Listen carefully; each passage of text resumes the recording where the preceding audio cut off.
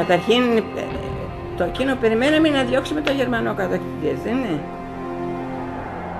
Όλοι αγαπούσαμε την Ελλάδα και τη θέλαμε ελεύθερη και ανεξάρτητη. You know, the question of the fear of a communist takeover was justified is a very interesting question. Μας κατηγόρησαν ότι είμαστε κομμουνιστές. Sign the Declaration of Independence, denounce the Communist Party, denounce the left, and you will be free again.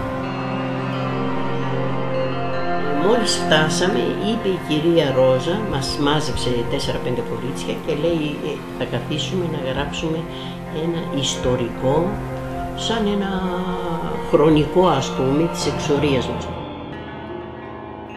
Here you will finally pay your debt to your country. It must have been right after midnight when we heard terrifying screams. 3 days to repent.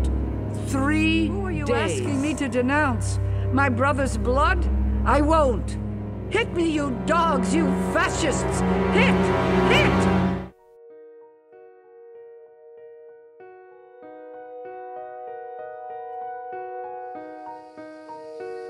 Η ιστορία γράφτηκε από μια κακιά μητριά και εμείς είμαστε τα ξενοπαίδια.